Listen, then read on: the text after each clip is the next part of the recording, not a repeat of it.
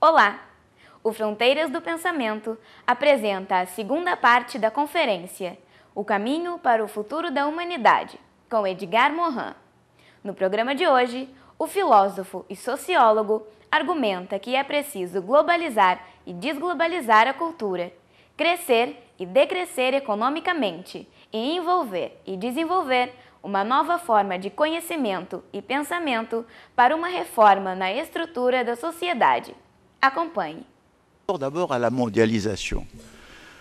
Vous savez que déjà quelques voix se sont élevées, notamment en France, pour dire qu'il faut maintenant démondialiser.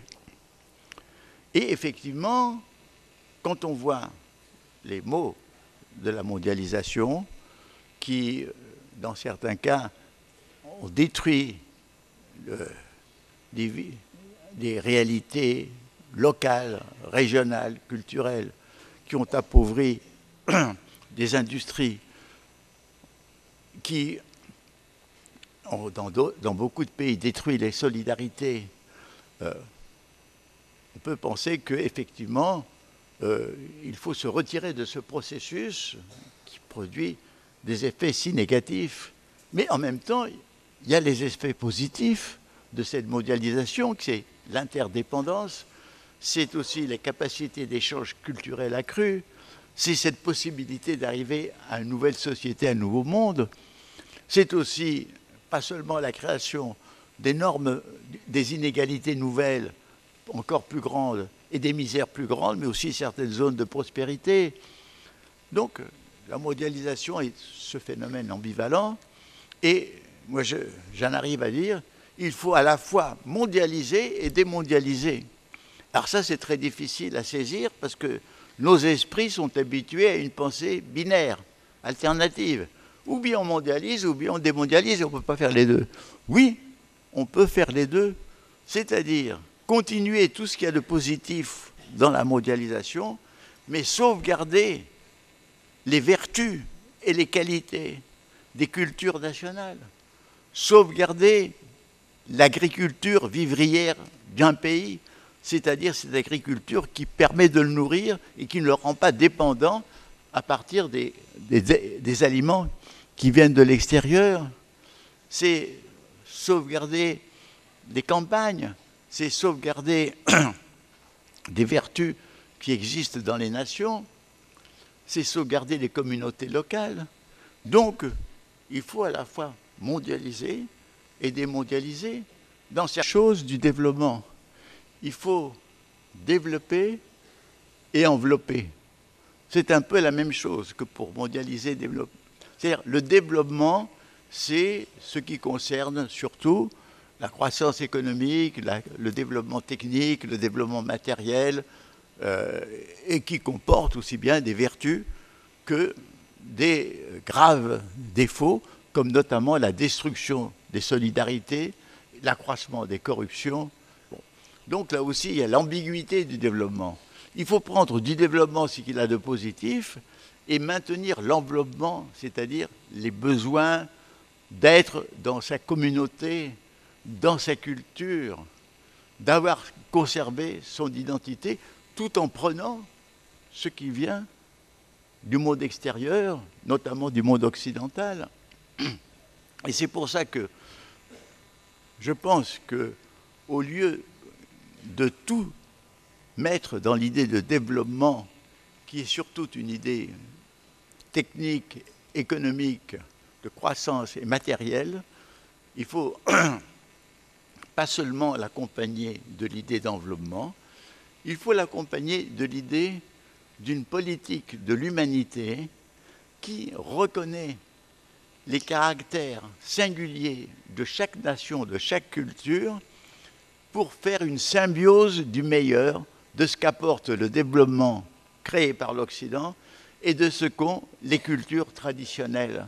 Il faut tendre vers une symbiose des civilisations où la civilisation née de l'Occident s'enrichirait des apports venus des autres civilisations et où les autres civilisations s'enrichiraient. On parle beaucoup de croissance et de décroissance, là aussi.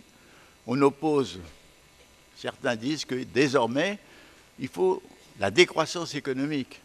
Et ils ont des raisons intéressantes, parce qu'effectivement, on ne peut pas continuer à dilapider l'énergie, il faut apprendre à économiser l'énergie, il faut apprendre à utiliser des énergies propres. Il ne faut pas se lancer dans des productions d'objets futiles sans intérêt. Il y a beaucoup de choses qui doivent décroître. Mais moi, je crois qu'il faut dire, il faut lier croissance et décroissance. C'est-à-dire, ce qui doit croître aujourd'hui, c'est une économie verte, c'est-à-dire pas seulement fondée sur des énergies propres, mais qui transforme les villes pour les rendre humainement plus vivables en y changeant les problèmes de la circulation automobile, de la pollution. Nous avons besoin d'une économie de commerce équitable. Nous avons besoin de multiples, de ce qu'on appelle une économie sociale et solidaire. Nous avons besoin de faire régresser la domination du profit. Et donc, de ce point de vue-là, il y a toute une autre économie qui doit croître, une économie solidaire, une économie équitable, une économie verte, et toute une autre économie qui doit décroître. Alors, ça, ce sont les impératifs actuels, mais ça ne suffit pas pour essayer d'entrevoir une voie nouvelle. Ça commence à indiquer que la recherche est assez complexe. Alors, ce que je crois aussi, c'est que nous sommes, apparemment, rien n'a commencé. Il y a l'économie, évidemment, qui est à réformer, ça je l'ai dit, on le comprend, mais il y a aussi la bureaucratisation généralisée des administrations publiques ou privées, où les gens sont enfermés, compartimentés, et où les usagers sont renvoyés de guichet en guichet et ne trouvent pas satisfaction. Il faut débureaucratiser. Nous avons la justice est à réformer, la consommation, il faut réformer l'alimentation, il faut réformer l'agriculture, il faut réformer l'élevage. Mais on se rend compte que, dans le fond, bien entendu, il faut réformer l'éducation. Il faut réformer l'éducation parce que notre éducation fabrique, comme je vous l'ai dit, des spécialistes et ne s'occupe pas de produire ce que Jean-Jacques Rousseau, dans son livre sur l'éducation à la fin du XVIIIe siècle, disait. Il disait, l'éducateur disait, parlant de l'élève, « Je veux lui enseigner à vivre ». Éduquer, c'est enseigner à affronter les problèmes de la vie. Pas seulement en connaissant les mathématiques et la grammaire, mais en sachant, il faut enseigner la compréhension humaine, il faut enseigner à affronter les incertitudes, il faut enseigner à ce que c'est qu'être humain, il faut enseigner à déjouer les pièges de la connaissance, parce que ce que l'on croit être la connaissance, souvent, est l'erreur. C'est Descartes qui disait que le propre de l'erreur, c'est qu'elle ne sait pas qu'elle est une erreur. Nous avons réformé l'éducation entièrement. Nous avons réformé la connaissance, nous avons réformé la pensée, et donc la pensée politique, effectivement, qui est si pauvre aujourd'hui, qui est si vide, et qui aurait besoin d'avoir un peu de conception du monde pour nous guider à travers l'océan d'incertitude dans lequel nous sommes.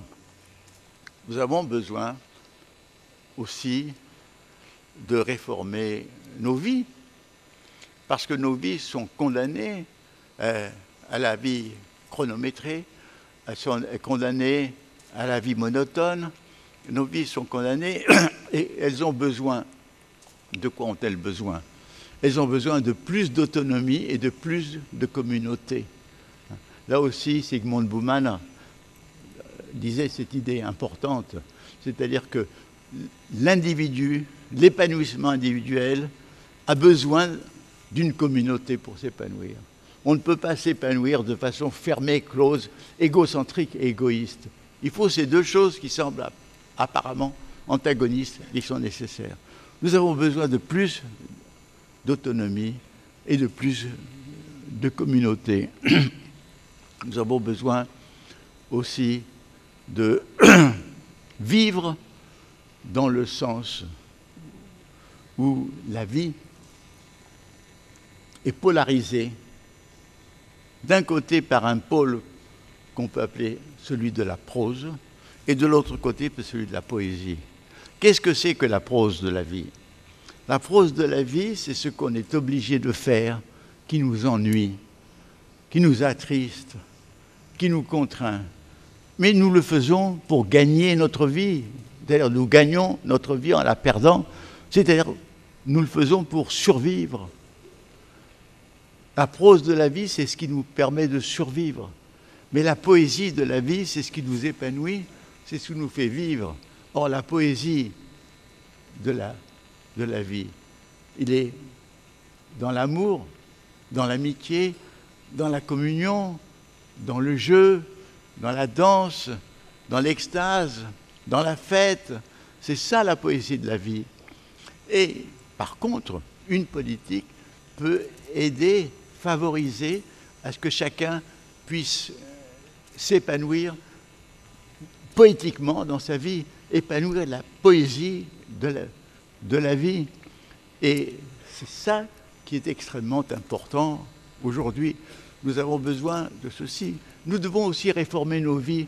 Dans quel sens? Dans le sens de la compréhension d'autrui. Pourquoi? Parce que il est remarquable que non seulement nous avons une grande difficulté à comprendre un étranger qui a des mœurs différentes, des rites différents, des croyances différentes, parfois des religions différentes, nous avons très difficile à comprendre et à sentir qu'il est comme nous. Parce que le propre des rapports entre les humains, c'est que l'autre, il est à la fois différent et semblable à nous. Il est différent par sa singularité, ses caractères propres, sa culture, son caractère, mais il est semblable à nous par la capacité de souffrir, d'aimer, de pleurer, de rire, de réfléchir. Donc, c'est ce problème de comprendre l'autre. Mais il se pose pas seulement pour l'étranger, il se pose aujourd'hui à l'intérieur de nos sociétés, il se pose dans les familles. Vous avez tellement d'incompréhension dans les couples que des couples éclatent et donnent le divorce. Et vous avez aussi beaucoup d'incompréhension parfois entre parents et enfants, enfants et parents. Et pourquoi tellement d'incompréhension dans la vie quotidienne qui nous empoisonne la vie quotidienne? Parce que nous ressentons des hostilités mutuelles les uns avec les autres et pas seulement des amitiés. Pourquoi? Parce que nous ne sommes pas éduqués à nous connaître nous-mêmes pour mieux connaître autrui. Parce que chacun subit ce que les Anglais appellent la self-deception, c'est-à-dire le mensonge à soi-même. Chacun se ment à lui-même, veut oublier ses faiblesses, ses carences, et veut voir que c'est autrui qui est le vilain, le méchant, qui a les faiblesses et qui a les carences. C'est encore le philosophe Hegel qui disait « Si j'appelle criminel quelqu'un qui a commis un crime, j'élimine tous les autres aspects de sa vie pour ne retenir que ce crime. » Or, comprendre autrui, c'est comprendre la complexité d'un être humain, que ce qu'il a fait de mal n'est pas la seule chose qui peut le caractériser. Et du reste, nous-mêmes, nous sommes très compréhensifs d'autrui, je dirais, et ceci est en relation avec l'idée de la poésie de la vie. Il y a une notion très intéressante et qui est justement sortie en Amérique latine. Enfin, elle a été, je crois que c'est le président Correa de l'Équateur qui l'a dite, et c'était reprise par Morales, le président bolivien. C'est l'idée du bien vivre, du bien vivre. Pourquoi cette idée est-elle importante? Alors que nous avons l'idée du bien-être. C'est parce que le bien-être que nous avons est une idée qui est uniquement matérialisée dans les conforts, les objets les automobiles, les télévisions, les possibilités de prendre l'avion. Pour nous, le bien-être est une chose qui s'est uniquement matérialisée.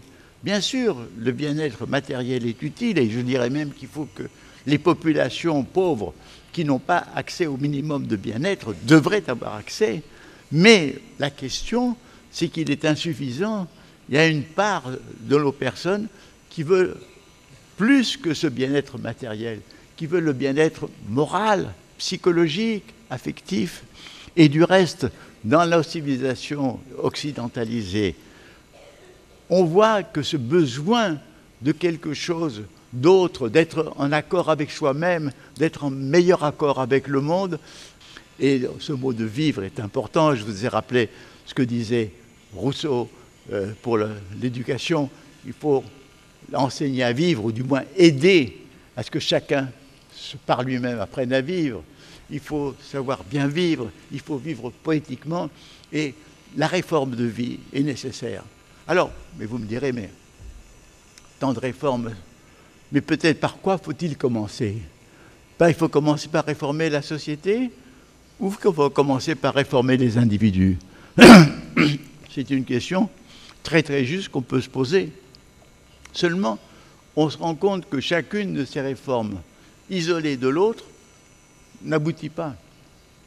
On ne peut pas faire une transformation sociale, seule, économique, si on ne fait pas une transformation culturelle, mentale, psychologique des individus. Mais vous savez aussi, tout ce qui a été essayé dans des petites communautés a en général échoué, sauf quand ces communautés étaient soudées par une idée religieuse, c'est-à-dire par une croyance et un rite et une foi. Mais donc le problème, si vous voulez, c'est que finalement, tout doit être réformé en même temps. Alors on dit, mais c'est pas possible. Non, ce n'est pas possible. Mais tout doit commencer à être réformé en même temps. Toutes les réformes sont intersolidaires. On ne pourra changer de voie que si, comme des ruisseaux qui s'unissent pour former des rivières qui s'unissent pour former des fleuves qui eux-mêmes s'unissent pour former un grand fleuve comme l'Amazone, c'est que c'est ce processus-là qui permettra de créer une nouvelle voie, que l'ancienne voie se dissoudra, se désintégrera d'elle-même. Alors, il faut que tout commence en même temps et il faut que tout se rejoigne. C'est vrai, c'est très difficile, c'est difficile à penser, mais c'est les seules conditions pour arriver à quelque chose qui soit en même temps le salut pour l'espèce humaine et qui soit en même temps sa possibilité de continuer son aventure. Alors, je reprends l'idée de crise. Le mot crise est un mot qui s'est beaucoup banalisé. Et on peut même dire que l'histoire est une succession de crises. Mais le fait que nous sentions que nous sommes dans une période où un monde est en train de mourir, mais sans réussir à mourir, et un monde qui veut naître sans réussir à naître, nous sentons que le mot crise doit être interrogé. On trouve la solution nouvelle, ou bien on est obligé de régresser vers le passé. Les vieilles générations ont eu tellement d'illusions qu'elles ne croient plus en rien. Ils ont cru, les uns au socialisme et au communisme, d'autres ont cru que la société occidentale elle-même serait une société bien meilleure. Elles ont cru, dans le tiers-monde, on a cru au socialisme arabe, on a cru. Et toutes ces croyances se sont effondrées. Alors les vieilles générations sont déçues, impuissantes. Et les nouvelles générations, elles sont en plein désarroi, elles sont dans la précarité, dans l'incertitude. Mais, évidemment, elles ont en elles des aspirations, une possibilité créatrice, car dans toutes les sociétés, les adolescents, ce sont les éléments qui ne sont plus à l'intérieur du cocon de l'enfance, ne sont pas encore intégrés dans la vie normalisée des adultes et ils ressentent ces aspirations profondes dont j'ai parlé, qui sont les aspirations humaines permanentes, aspirations à plus d'autonomie et plus de communauté. Ces ferments de transformation sont dans les jeunes générations, comme on l'a vu en Tunisie, comme on l'a vu en Égypte. Et à ce moment-là, les jeunes générations réveillent les vieilles générations qui reprennent en disant « oui, il faut lutter, il faut y aller ». Donc, mais ces jeunes générations, bien entendu, elles ont des potentialités, mais elles ne savent pas où aller. Elles ne savent pas de voir. Et je vois parfois en France, des jeunes gens me disent « ah, vous avez de la chance, parce que quand vous étiez jeune, vous avez une lutte, une cause juste pour laquelle vous luttiez. Elle était claire, elle était nette. Vous avez un pays asservi, occupé, et vous luttiez pour sa liberté, vous luttiez pour la liberté du monde. » Nous étions pour une cause juste, mais elle avait des ombres, notre cause. Nous ne voyions pas ces ombres. Mais aujourd'hui, la cause de l'humanité n'a pas d'ombre. Il ne s'agit pas aujourd'hui de défendre les pays dominants et d'oublier les pays dominés. Il ne s'agit pas aujourd'hui de défendre les privilèges et d'oublier ceux qui souffrent. Il s'agit de la cause de toute l'humanité. C'est la cause, et du reste, pour cette cause de l'humanité, il n'y a pas aujourd'hui une classe privilégiée qui va assurer le salut. De partout, de toutes les classes sociales, ce sont les hommes et les femmes et les jeunes et les vieux de bonne volonté qui vont être les artisans du renouveau et du changement. Aujourd'hui, donc je dis à ces jeunes gens, je dis, vous savez, aujourd'hui, mais vous avez une cause encore plus juste, encore plus belle, encore plus grande que celle pour laquelle nous étions prêts à sacrifier nos vies. Vous avez cette cause de l'humanité dans laquelle vous devez vous engager. Et je pense que, effectivement, dans la vie humaine, rien ne peut être fait sans espérance. Mais l'espérance n'est pas une certitude. Peut-être que dans l'ancien temps, ce qu'on appelait l'espérance, c'était en fait une croyance presque mystique, mais une croyance qui était une illusion.